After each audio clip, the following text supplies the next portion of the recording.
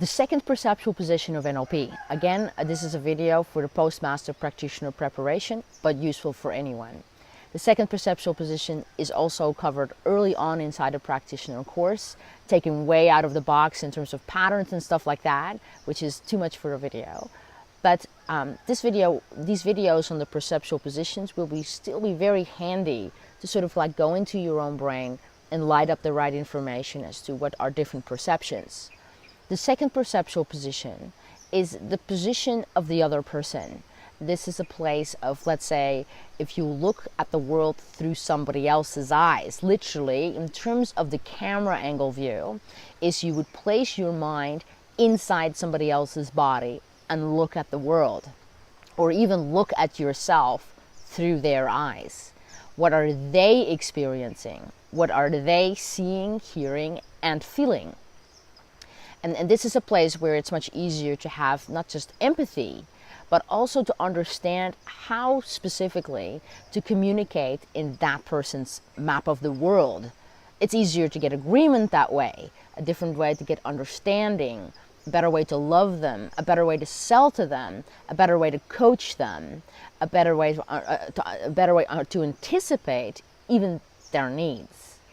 Now, in terms of the present, stepping into this place of empathy helps with your, of course, communication in the moment, both in negative ways, like a conflict, but also in positive ways. Sort of like, well, what are you after? What do you need?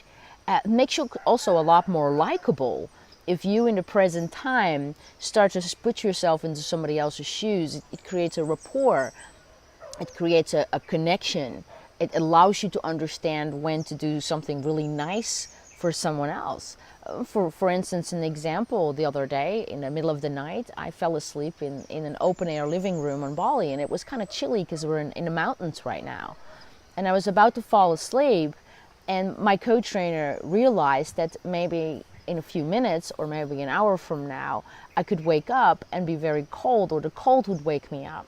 And so she thought, well, wait a minute, Nikki is going to be uncomfortable any moment now. So even though she's fine at this moment in time, let me make sure that she's covered in blankets. That's an understanding of that second perceptual position of NLP in a very positive way.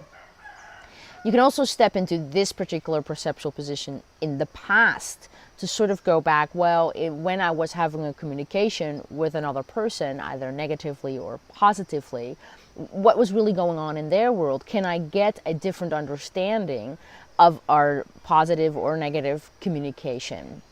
Could I learn from their experience in the past?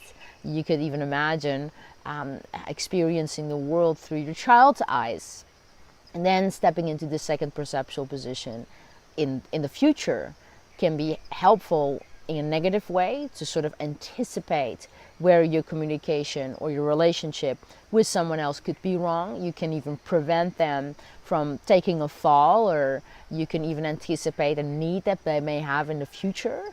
But also, you know, it's also in a negative way, you can prevent that your communication is going to go haywire, so that you can turn a negative into a positive inherently.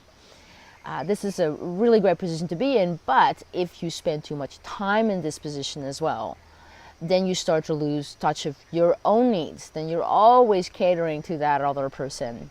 A big part of my clientele are, for instance, moms who for years, for 21 years, until the kids go to college, have spent time in this particular perceptual position, and sort of completely lose touch with what they want. And I go, what is it that you want? What is it that you enjoy? And they have no idea. They kind of lost themselves inside this particular perceptual position. There's a little shark going on over here in the pool. And so in the Post-Master Practitioner course, that this is a preparation video for, we're going to go take this way, way further than we have in NLP Practitioner and Master Practitioner.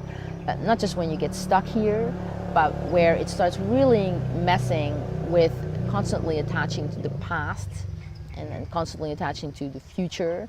And so how do you even question someone use your meta model, question someone based on what you know about their second perceptual position. So check out the next video for the third perceptual position of NLP.